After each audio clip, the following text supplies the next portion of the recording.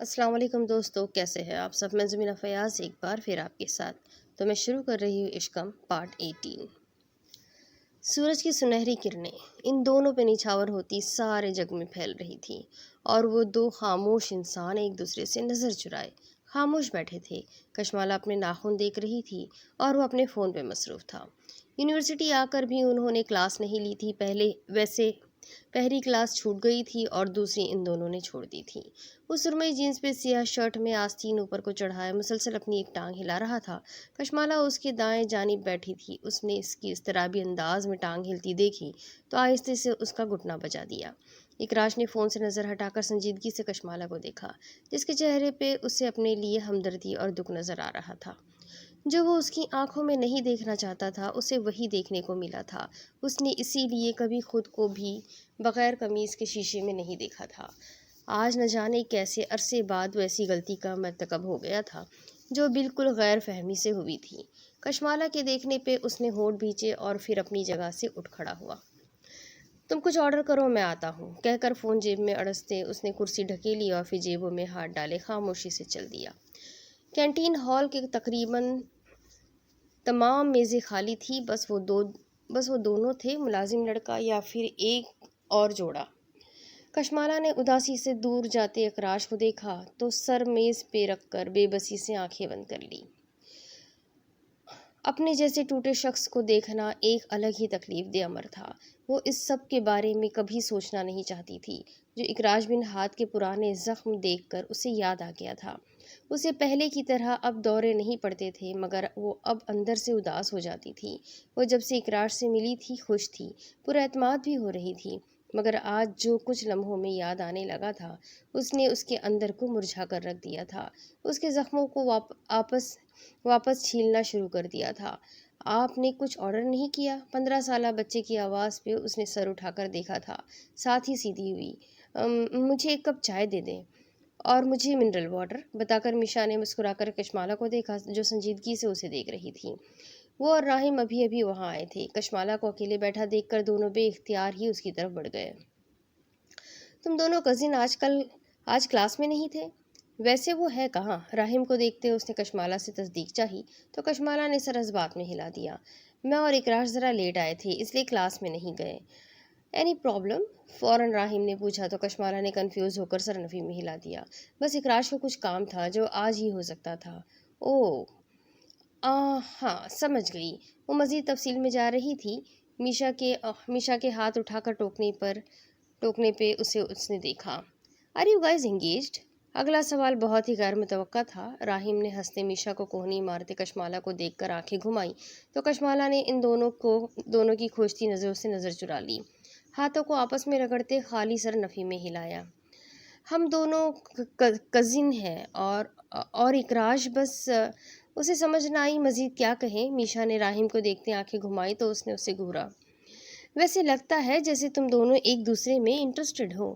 یہ والا حملہ بھی غیر متوقع تھا اور میشا کی جانب سے تھا۔ کشمالہ نے مزید گھبرا کر سر جھکا لیا۔ نہیں ایسی تو کوئی بات نہیں ہے، ہم دونوں بس کزن ہیں۔ اس کے گال ایک دم سے سرخ ہو گئے تھے، شہد رنگ پلکیں جھک گئی۔ راہم نے دلچسپی سے حیا سے سرخ ہوتی اس عجیب سی پری کو دیکھا تھا تو میشا نے مسکراہٹ دباتے راہم کو کوہنی مار دی۔ اچھا لیکن تم لوگ ہمیشہ اکٹھے ہوتے ہو نا، تو ہم لوگوں کو لگا شاید۔ ویسے اس میں برا کیا ہے؟ محبت ہونا کچھ عجیب تو نہیں، کیوں راہم؟ کشمالہ نے بے اختیار ان دونوں کو دیکھا مگر راہم کی شوق نظروں سے ڈر کر فوراً اپنی جگہ سے اٹھ کھڑی ہوئی۔ میں جاتی ہوں۔ پھرتی سے بیگ سے چند نوٹ نکال کر میز پہ رکھتے اس نے ان دونوں کی نظروں سے نظر انداز کرتے وہاں سے نکلنے کی کوشش کی تھی۔ کھو دینے کا خوف۔ دھوپ کی تپش سے بچنے کو کشمالہ نے چہرہ موڑ کر ساتھ بیٹھے اور سنجیدگی سے ڈرائیو کرتے اکراش بن ہاتھ کو دیکھا اور پھر گہرا سانس لیتے سیٹ پہ سیدھی ہو بیٹھی۔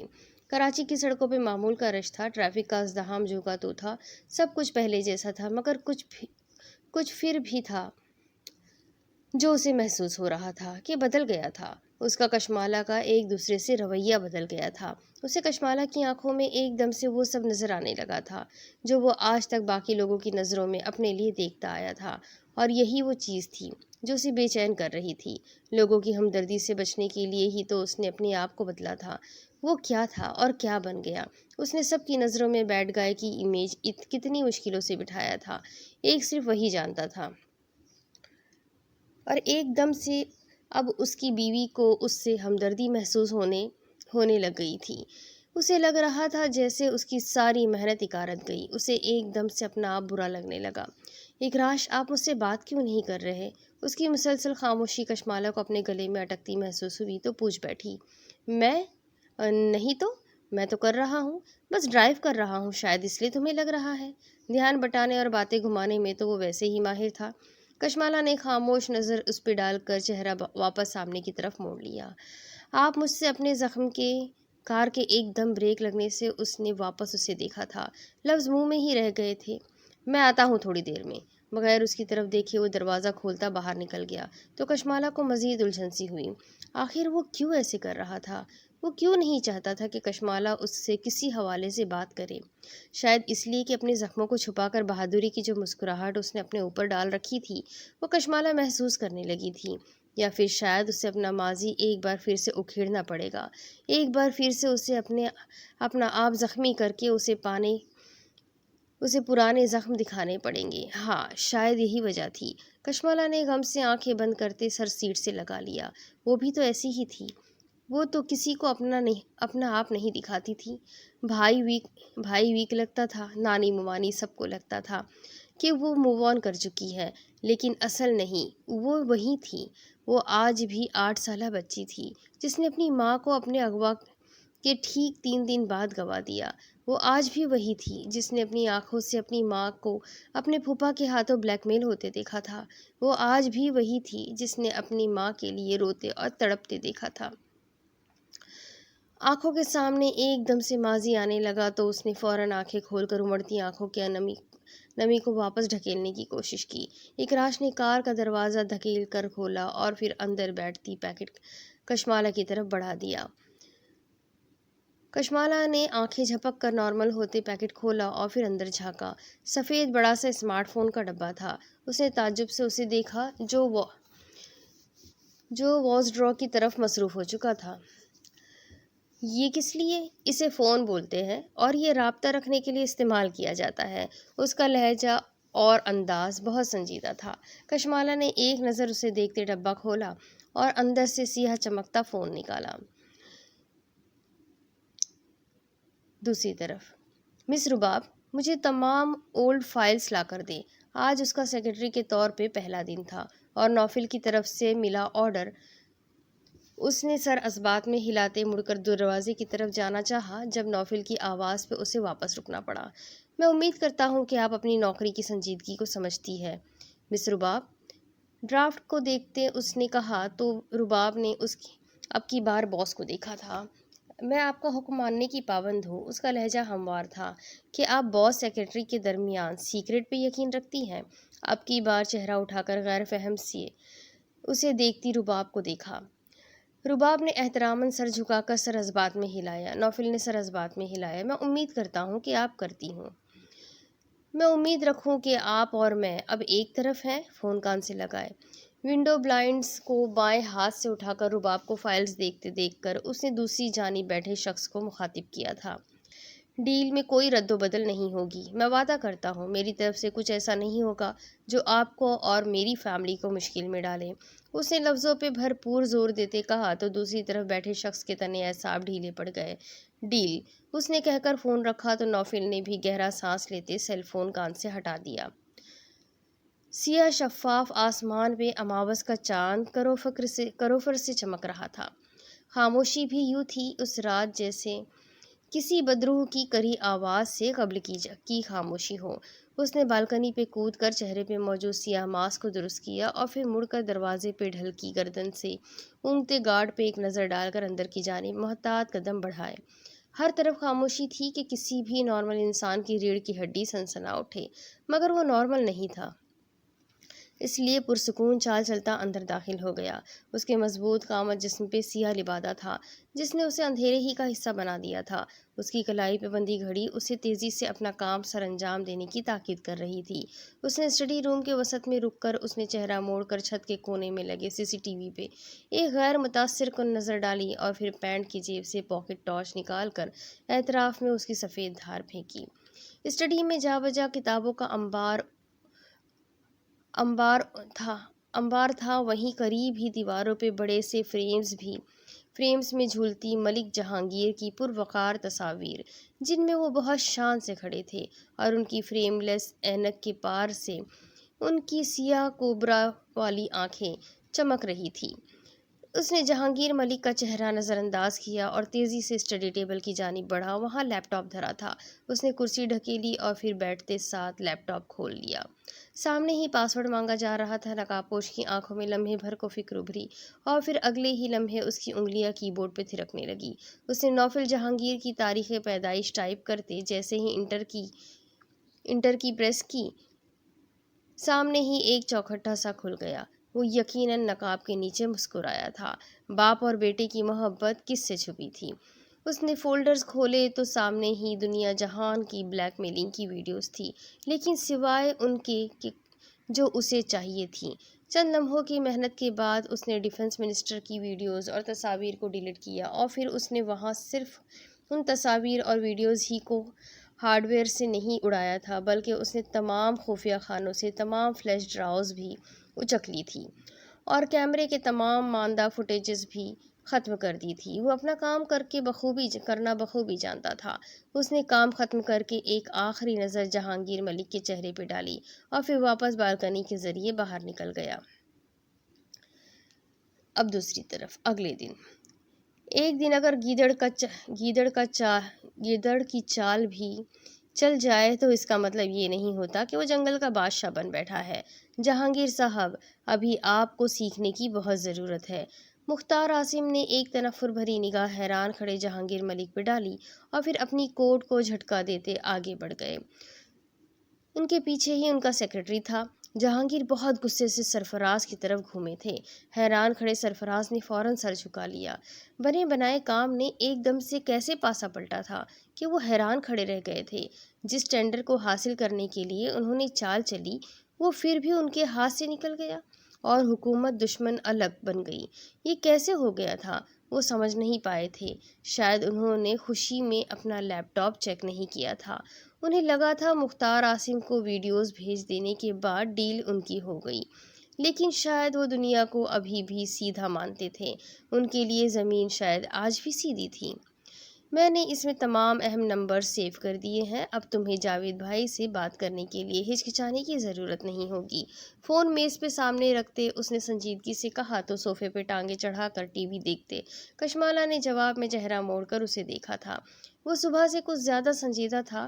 کل جو غصہ اس نے کیا تھا، اس کے بعد جیسے کشمالہ اور اس نے خوشگوار موڈ میں کافی پی اور باتیں کی تھیں، اسے لگا تھا سب ٹھیک ہے، لیکن آج صبح نہ جانے ایسا کیا ہو گیا تھا کہ اکراش بن ہاد خاموش تھا، ضرورت سے زیادہ خاموش۔ کشمالہ نے گہرا سانس لے کے چہرہ واپس موڑ لیا۔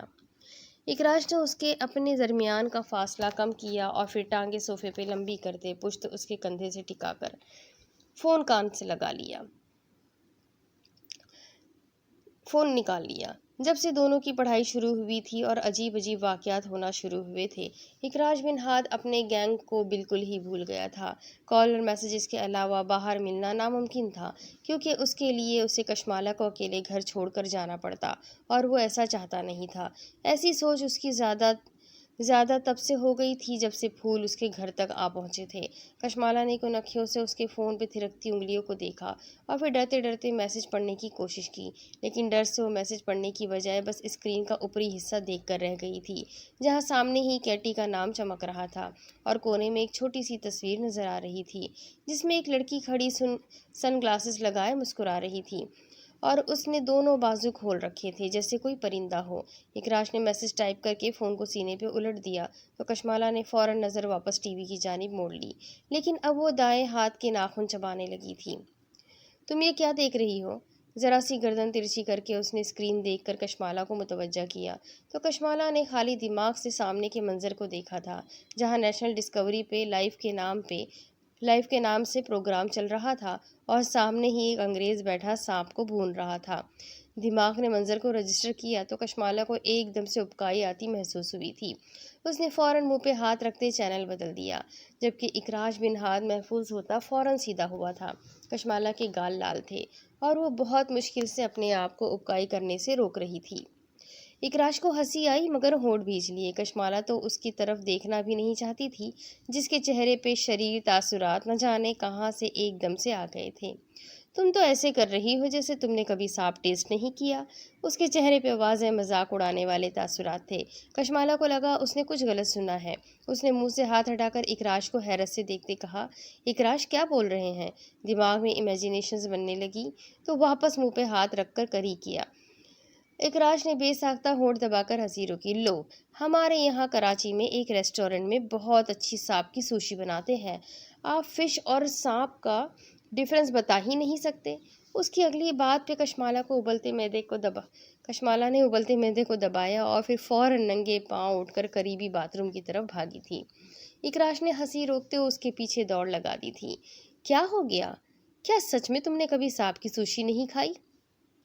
اس کے پیچھے باتھ روم کے دروازے سے پشت ٹکا کر وہ اب کی بار سچ مچ حیران تھا۔ کشمالہ نے گلا صاف کرتے اب کی بار کھا جانے والی نظروں سے اسے شیشے میں سے دیکھا۔ اکراش، مجھے سوشی ہی نہیں پسند ہے، اور مجھے بتائیں وہ پاکستان کا کون سا ریسٹورنٹ ہے جہاں حرام پکا کر کھلایا جا رہا ہے اور فوڈ اتھارٹی سو رہی ہے؟ اس کے لہجے میں حیرانی اور غصہ تھا۔ اکراش نے ہنستے ہوئے سر جھٹک دیا۔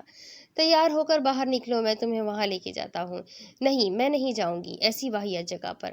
آپ کو ہی مبارک ہو، فوراً بدک گئی۔ اس کے پاؤں پانی سے گیلے ہو چکے تھے اور نیلا پیجامہ بھی بارش بھر گیلا ہو چکا تھا۔ شہد رنگ بال بن بنے اوپر کو اکٹھے کر رکھے تھے۔ شہد رنگ آنکھوں میں ابکائی کی وجہ سے پانی جمع تھا۔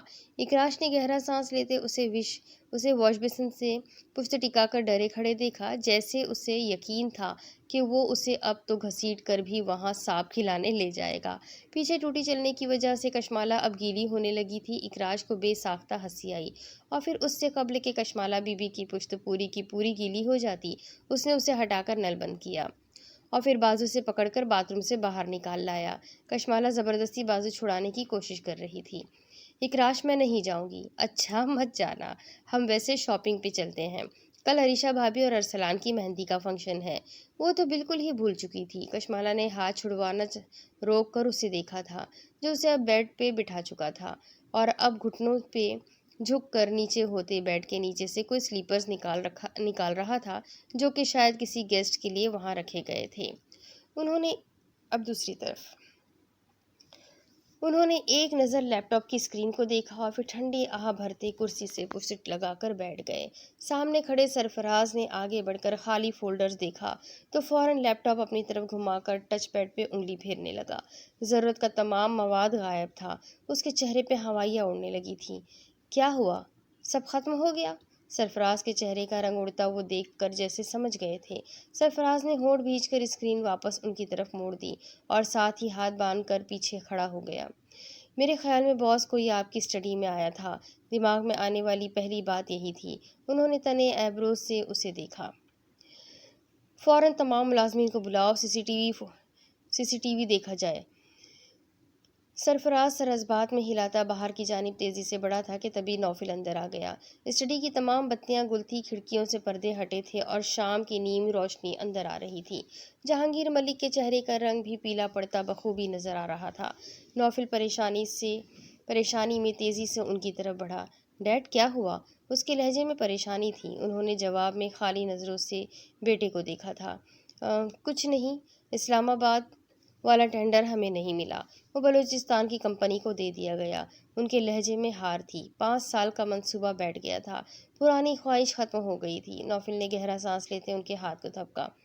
اٹس اوکے ڈیڈ، میں صبح لندن جا رہا ہوں، بلیک بینز سے اس بار ڈیل ہماری ہوگی۔ اس کے لہجے میں یقین تھا۔ جہانگیر ملک نے بیٹے کو دیکھا۔ اس کے خوبصورت چہرے پہ ان کے لیے پریشانی تھی۔ انہیں بے ساختہ دکھ ہوا۔ وہ اپنی ایک بے وقوفی سے اپنے بیٹے کے لیے دشمن پیدا کر چکے تھے۔ نوفل کے ہاتھ تھپکنے پہ انہوں نے چہرہ موڑ لیا۔ تم تیاری رکھو، وہاں بھی الگ محاذ ہے، ہاتھ اور اس کے باپ کی بنائی کمپنی کی ساکھ ہم سے بہت بہتر ہے، مارکیٹ میں اگلا ٹرینڈ ان کا ہی ہے، اگر ایک بار یہ ڈیل ان کے ہاتھ سے نکل گئی ان کو اس کا بھاری نقصان ہوگا۔ تم جاؤ، اپنی مکمل تیاری رکھو، اس بار اکراش بن ہاتھ کو جیتنے مت دینا۔ اس کا کندھا تھپکتے وہ نئے محاذ کے لیے تیار کر رہے تھے۔ نوفل گہرا سانس لیتا اٹھ کھڑا ہوا۔ آپ ٹھیک ہے؟ ہاں میں ٹھیک ہوں، تم میری فکر مت کرو۔ میں بھی ساتھ چلوں ہاتھ؟ دوسری طرف ہاتھ صاحب کا بیگ پیک کرتے انہوں نے کوئی تیسری بار پوچھا تو صوفے پہ بیٹھے فائل پڑھتے ہاتھ صاحب نے اب کی بار چہرہ اٹھا کر انہیں دیکھا تھا۔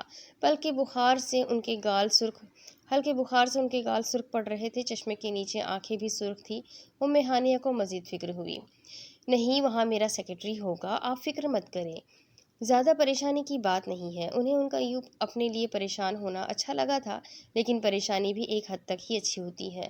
ٹھیک ہے، اب آپ نہیں لے کے جانا چاہتے تو مرضی آپ کی، لیکن اکراش کو تو لے جائے۔ وہ ام ہانیہ اس کے کرنے والے اور بہت کام ہیں، اور وہ وہاں کیا کرے گا؟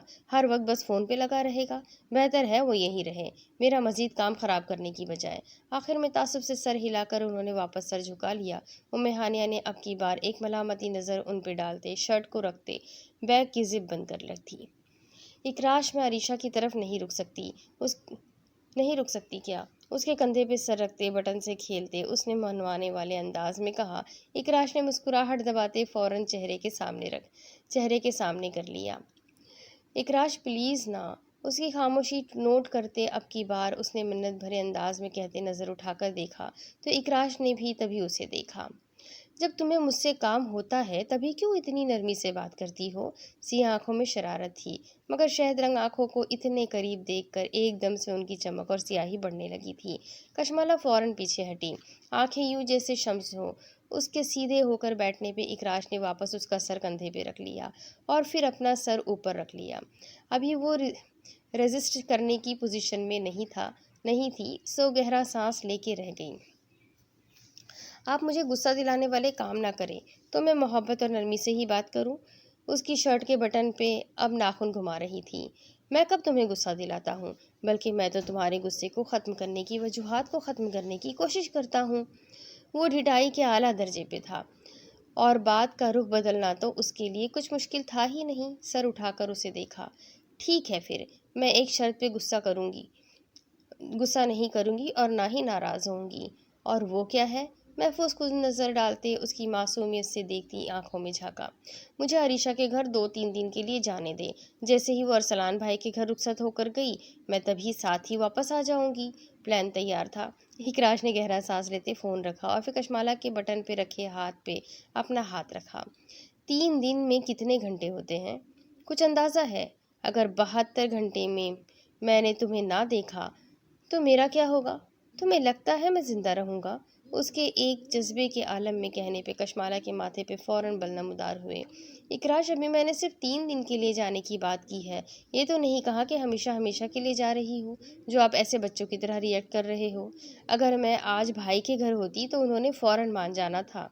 ہاں، لیکن اب تم میری ٹیریٹری میں ہو اور جو میرا ہے اس کی ذمہ داری، اس کے فیصلے، اس کا سب اچھا برا میرا ہے۔ سو اب تو آپ منع کر رہے ہیں؟ ناراض ہوتے وہ پیچھے ہٹی تھی۔ اکراش نے آنکھیں سکیڑی۔ ایسا ہی کچھ ہے، بے پرواہی سے کہہ کر اس نے فون اٹھایا تو کشمالہ نے تقریباً اپنے بال نوچ ڈالے۔ میں 3 دن سے زیادہ نہیں رکوں گی، پکا وعدہ اکراش، پلیز مان جائے نا۔ کہنے کے ساتھ ہی اس کے ماتھے پہ گرتے بالوں کو اوپر کی جانب سمیٹنے لگی۔ اس کے بالوں کو اب وہ جان بوجھ کے چھیڑ رہی تھی۔ اکراش بن ہاتھ سے کوئی امید نہیں تھی کب وہ اسے ہی اٹھا کر دیوار میں دے مارتا، اور کوئی اگر ان ہی 3 دنوں میں تمہیں مجھ سے لے گیا تو؟ اکراش، اب کی بار اس بحث سے تنگ وہ پاؤں پٹک کر رہ گئی۔ میں جنگل یا پھر میدانوں میں جانے کا نہیں کہہ رہی ہوں کہ کوئی آئے گا اور ایسے ہی مجھے اٹھا کر لے جائے گا۔ اور دیکھے، کوئی اگر ایسے کرنے کا بھی سوچے گا تو کیا آپ ایسا اسے کرنے دیں گے؟ نہیں نا۔ آخر میں اسے سنجیدگی سے دیکھتے کو پا کر اس نے حمایت بھی چاہی۔ اچھا، یہ ہاتھ سر واپس رکھو۔ اس کا اشارہ اپنے کندھے کی طرف تھا۔ کشمالہ نے آنکھیں گھمائیں۔ بات مشرق کی ہو رہی ہوتی ہے تو آپ نے ضرور مغرب کو گھسیٹنا ہوتا ہے، بیزاری سے کہا تو مگر وہاں پرواہ کسے تھی؟ اس نے خود ہی اس کا سر اپنے کندھے پہ پھر سے رکھ لیا اور پھر آنکھیں موند لیں۔ تمہیں پتہ ہے میں سویا نہیں ہوں اور تمہیں بس اپنی دوست کی شادی اٹینڈ کرنے کی پڑی ہے۔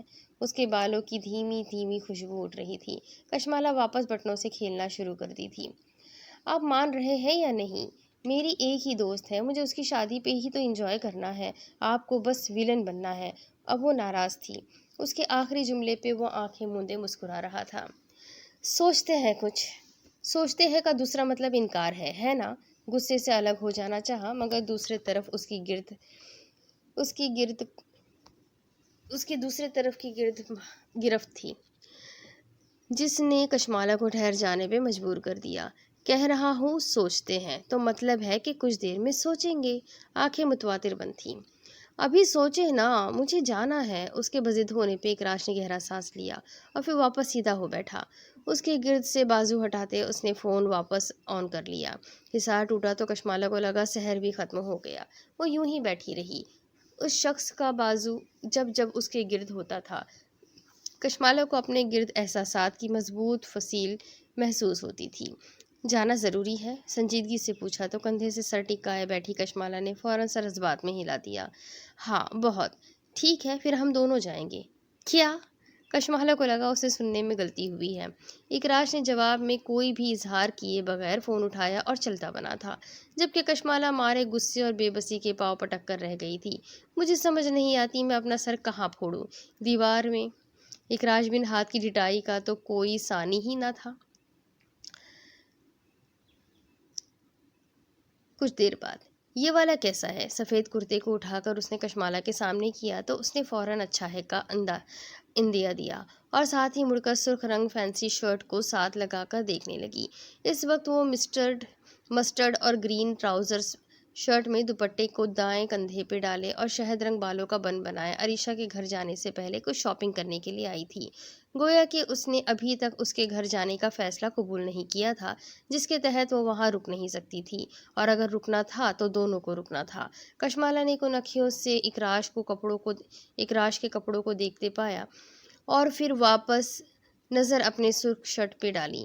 اور یہ والا؟ اب کی بار سرخ شرٹ سامنے کرتے ساتھ کشمالہ اکراش کی طرف گھومی تھی۔ اس نے مڑ کر اس کی طرف دیکھا۔ سیاہ آنکھیں ایک دم سے چمکی، مگر پھر اس سے قبل کہ کشمالہ آنکھوں کا مفہوم سمجھتی، اس نے فوراً ناک منہ چڑھا دیا۔ ایک دم بکواس۔ اس کے بے باک تبصرے پہ کشمالہ کا دل دکھا تھا۔ اس نے آہستہ سے کرتا واپس ہینگ کر دیا۔ یہ والا تو پیارا تھا، سرخ رنگ اس کی کمزوری تھی، اور ویسے بھی سرخ رنگ اس کا خیال تھا کہ اس پہ سب سے زیادہ اچھا لگتا تھا، لیکن اکراش کو شاید اچھا نہیں لگتا تھا۔ ماتھے پہ سیاہ بال گرائے وہ بہت فرصت سے کشمالہ کے لیے کپڑے دیکھ رہا تھا۔ کشمالہ نے مڑ کر ایک بار پھر سے سرخ کرتے کو دیکھا، جب اکراش کی پکار پہ اس کی طرف پھر سے متوجہ ہونا پڑا۔ یہ والا کیسا ہے؟ اکراش نے ایک اور نفیس سی کڑھائی والا فینسی سفید کرتا سامنے کیا تو کشمالہ نے بے اختیار داد دی۔ بہت اچھا۔ اور یہ والا؟ ایک اور سفید کرتا، پچھلے والے سے ملتا جلتا سا، اس نے سامنے کیا تو کشمالہ نے چونک کر اور کچھ الجھ کر پہلے کرتے کو اور پھر اکراش بن ہاتھ کو دیکھا تھا، جو معصومیت سے اسے ہی دیکھ رہا تھا۔ یہ بھی اچھا ہے نا؟ اس کے مثبت جواب پہ وہ خوش دکھا، ساتھ ہی ایک اور سفید کرتا سامنے کر دیا۔ اور یہ والا؟ ایک اور سفید کرتا؟ کشمالہ اب کی بار چکرا کر رہ گئی تھی۔ یہ سب سفید؟ اب کی بار کہے بغیر نہ رہ سکی۔ بس مجھے سفید رنگ اچھا لگتا ہے، وہ بے اختیار ہنس دیا تھا۔ کشمالہ نے حسد بھری نظروں سے پھر سے مڑ کر سرخ کرتے کو دیکھ کر سینے پہ بازو لپیٹ لیے تھے۔ اکراش نے کچھ دیر ہاتھ میں پکڑے سفید کرتوں کو دیکھا اور پھر انہیں واپس ہینگ کرتے ایک اور سفید کرتا اچک لیا۔ یہ والا بہت اچھا ہے نا؟ اس والے کا رنگ پہلو جیسا تھا، مگر کڑھائی میں اب کی بار کچھ فرق تھا۔ کشمالہ نے آنکھیں گھماتے گہرا سانس لیا۔ کیا یہ سارے لینے ہیں؟ ہاں کیوں، تمہیں اچھے نہیں لگے؟ وہ مجھے سرخ رنگ پسند ہے۔ کن اکھیوں سے سرخ قمیص کو دیکھتے اس نے آخر کو پہلی بار اپنی پسند کا اظہار کیا تھا۔ اکراش نے چونک کر سرخ کرتے کو دیکھا اور پھر اپنے ہاتھ میں پکڑے سفید کرتے کو۔ اچھا، لیکن میرے خیال میں سفید تم پہ زیادہ اچھا لگے گا، سرخ میں تو تم موٹی لگو گی۔ لیکن میں تو موٹی نہیں ہوں۔ اس کا تبصرہ بہت برا تھا۔ وہ کرتا لینا چاہتی تھی۔ ہاں پتہ ہے، لیکن پتہ نہیں کیوں تم میرے خیال میں اس میں اچھی نہیں لگو گی، تم یہ والی شرٹ لو، میں شرط لگاتا ہوں تم اس میں بہت اچھی لگو گی۔ ہاں لیکن مجھے سرخ پسند ہے۔ اور تو کیا ہو گیا، اب تم اس میں اچھی نہیں لگو گی تو کیا پھر بھی پہنو گی؟ اقراج جیسے اسی کم عقلی پہ سرد آہ بھر کر رہ گیا تھا۔ کشمالہ کے ماتھے پہ بل ابھرے۔ ہاں کیوں نہیں؟ اس نے آگے بڑھ کر کرتا واپس اٹھا لیا۔ اقراج نے افسوس سے اپنے ہاتھ میں پکڑے کرتے کو دیکھا۔ پچھتاؤ گی؟ مجھے پرواہ نہیں۔ وہ اڑ گئی، اور ایسا پہلی بار تھا کہ وہ جاوید بھائی کے علاوہ کسی کے سامنے اڑ گئی تھی۔ اقراج نے ایک تادیبی نگاہ اس پہ ڈالی اور پھر مڑ کر کرتا ہینگ کر دیا۔ ہینگ کرتے وہ مسکرایا تھا۔ کشمالہ نے نہیں دیکھا تھا، لیکن وہ اسے ایک مرکز سے ہٹا کر دوسرے پہ لانے میں کامیاب ہو گیا تھا۔ وہ لوگوں کے اندر جھانکنے کا ہنر جانتا تھا۔ اس کے علاوہ کشمالہ کی آنکھوں کے ایک اشارے تک کو سمجھ جاتا تھا۔ وہ اس کے دل کی بات کیسے نہ سمجھ پاتا۔ آپی، امی کہہ رہی ہے کہ بانو آنٹی، خالہ کی کزن بھی لندن میں رہتی ہے، ان سے مل لینا، وہ آپ کا پوچھ رہی تھی۔ رباب نے کافی کے مگ میں چمچ گھماتے گہرا سانس لے کے فون کو دوسرے کان پہ منتقل کیا تھا۔ نومی امی سے کہو میں ان کے کسی رشتہ دار سے نہیں مل سکتی۔ اب ایسا کیا ہو گیا کہ سب کو امی کی یاد ستانے لگی؟ اس کا موڈ شدید آف تھا، جیسے مگ سے دھواں اٹھ رہا تھا۔ اسے محسوس ہو رہا تھا جیسے وہ دھواں اس کے دل سے بھی آ رہا تھا۔ اس نے آنکھوں کا رخ بدل لیا۔ میں ان سے کہوں گا تو ان کے قہر سے مجھے کون بچائے گا؟ آپ اپنے مشورے مجھے مت دیں۔ نعمان اس کا چھوٹا بھائی اس سے باتوں میں کئی سال بڑا تھا۔ رباب نے گہرا سانس لے کے چمچ کو مگ میں چھوڑ دیا اور پھر کچن کی چھت کو بے بسی سے دیکھنے لگی۔ نومی، میں آج کل پریشان ہوں، امی سے کہو مجھے مزید پریشان مت کریں۔ ایک طرف نوفل جہانگیر اسے گھما رہا تھا اور دوسری طرف اس کے گھر والے، دوسری طرف بیٹھے 10-12 سالہ بچے کی مسکراہٹ لمحے بھر میں سمٹ گئی۔ آپی، اگر میں بڑا ہوتا تو آپ کو کبھی پریشانی نہ ہوتی۔ اس کا لہجہ افسردہ تھا۔ رباب کی آنکھیں نم ہونے لگی، لیکن بولی تو لہجہ مضبوط تھا۔ نہیں نومی، اس میں تمہارا قصور نہیں ہے، بس پریشانیاں ہی کچھ ایسی ہے کہ دل ڈرتا ہے۔ تم جانتے ہو نا، امی کہتی ہے بھائی چھوٹے ہو کے بھی بڑے ہی ہوتے ہیں۔ تم میرے ساتھ ہو، یہ میرے لیے بہت ہے۔ تم ہو نا میرے ساتھ؟ دوسری طرف بیٹھے بچے نے فوراً سر ہلا دیا۔ رباب نے کال کاٹ دی۔ فون سفید شفاف پینٹری پہ رکھتے مگ کو اٹھایا اور پھر قدم اٹھانے سے قبل اس سمت میں دیکھا۔ وہ فلیٹ بہت خوبصورت تھا۔ ایسا فلیٹ شاید ہی اس نے اب تک کسی ڈرامے میں بھی دیکھا ہو۔ ویل فرنشڈ اور بہت آرٹسٹک سا۔ کچن کے سامنے ہی درمیانے درجے کا لاؤنج تھا جس میں گول صوفے رکھے تھے۔ 3 کمرے تھے اور لاؤنج کی بائیں جانب بڑی کانچ کی دیوار تھی جس کے پار ایک شہر آباد تھا۔ وہیں بالکنی تھی جہاں نوفل جہانگیر اپنی میز پہ بیٹھا مصروف تھا۔ وہ خاکی لمبے کوٹ میں تھا جس کے کالر اس نے کھڑے کر رکھے تھے۔ دھند اور شدید سردی کے باوجود وہ بالکنی پہ تھا۔ اس نے میز پہ اپنے سامنے لیپ ٹاپ رکھا تھا اور بغور اسے دیکھ رہا تھا۔ رباب نے گہرا سانس لے کے قدم آگے بڑھا دیے۔ سر آپ کو کافی؟ میز پہ کافی رکھتے اس نے احتراماً کہا تو اس نے ہلکے سے مسکراتے کافی فوراً اٹھا لی۔ یہ اس کا شاید چوتھا کپ تھا۔ سر اگر آپ مناسب سمجھیں تو ہم اندر بیٹھ کر کام کر لیں۔ اسے الجھن ہو رہی تھی اس سے، آخر وہ اندر کیوں نہیں چلا جاتا تھا؟ نوفل نے کئی گھنٹے کی لیپ ٹاپ پہ ٹکی نظر کو اٹھا وہاں سے ہٹاتے کرسی سے پشت لگائی اور پھر کافی کی چسکی لیتے رباب کو دیکھا تھا۔ رباب سفید فراک اور ٹائٹس میں تھی اور اوپر اس نے ہاف سرخ جیکٹ پہن رکھی تھی۔ اس نے ہاتھوں پہ گلوز نہیں پہنے تھے، اس لیے ٹھنڈ سے انہیں بچانے کو جیکٹ کی جیبوں میں گھسا لیا تھا۔ مجھے موسم کی سردی کچھ نہیں کہتی مس رباب، یہ چیزیں میرے لیے بہت بے معنی ہیں۔ اندر کی حدت ہر احساس کو جلا چکی ہے۔ رباب کی آنکھوں میں دیکھتے اس نے سنجیدگی سے کہا تو رباب نے بغور اسے دیکھا تھا۔ اسے سمجھ نہیں آئی وہ کیا کہے، لیکن اس کے چہرے کے تاثرات نے اس کے دل کی بیٹ ضرور مس کروائی تھی۔ وہ شخص کب بدل جاتا تھا وہ سمجھ نہیں پاتی تھی، کبھی روڈ کبھی ایکسپریسیو، وہ درمیان میں کہیں نہیں تھا۔ نوفل نے چند پل اس کے حیران چہرے کو دیکھا اور پھر نظر پھیر کر سامنے ہی موجود چرچ کے بڑے سے گھڑیال کو دیکھنے لگا جس پہ 4 بج رہے تھے، شام ہونے کو تھی۔ سر آپ سے ایک بات پوچھوں؟ اس نے چہرے سے نظر پھیر لی تھی لیکن رباب رحمان نے نہیں پھیری۔ نوفل یوں ہی کافی پیتے گھڑیال کو دیکھتا رہا۔ آپ کو لگتا ہے کہ ہمارے مسائل ایسے حل ہو جائیں گے جیسے ہم انہیں حل کر رہے ہیں؟ وہ اس کے چہرے پہ کھوج رہی تھی۔ آپ کو لگتا ہے کہ ہم غلط طریقے سے پیدا کیے گئے مسائل کو حل کرنے کے لیے وہ سب کر رہے ہیں جو اب ہم کر رہے ہیں؟ اس کی بات رباب کے سر سے گزری تھی۔ مس رباب ہم صرف اپنی سمت درست کر رہے ہیں جانتا تھا، وہ نہیں سمجھی تھی۔ رباب نے جیب سے بازو نکال کر سینے پہ لپیٹ لیے اور پھر چہرہ شہر کی جانب موڑ لیا۔ سر، کل کی میٹنگ میں آپ کو کیا لگتا ہے کیا ہوگا؟ ڈیل ہماری ہوگی؟ بغیر سوچے بھی وہ جواب جانتا تھا۔ وہ ڈیل کمپنی کو بدل دے گی۔ وہ تقریباً بڑبڑائی تھی۔ نوفل نے پھر بھی سن لیا۔ میرے خیال میں آپ کو اندر جانا چاہیے، آپ کو سردی لگ جائے گی۔ واپس سیدھا ہوتے اس نے کپ میز پہ رکھا اور پھر لیپ ٹاپ پہ جھک گیا۔ رباب نے ایک نظر اس عجیب سے شخص پہ ڈالی اور پھر واپس اندر کی طرف مڑ گئی۔ اب اس کے آگے کی سٹوری میں آپ کو اگلی قسط میں سناتی ہوں کہ آگے کیا ہوگا۔ یہ جاننے کے لیے میرے ساتھ بنے رہیں۔ اگلی قسط میں پھر ملیں گے، تب تک کے لیے اللہ حافظ۔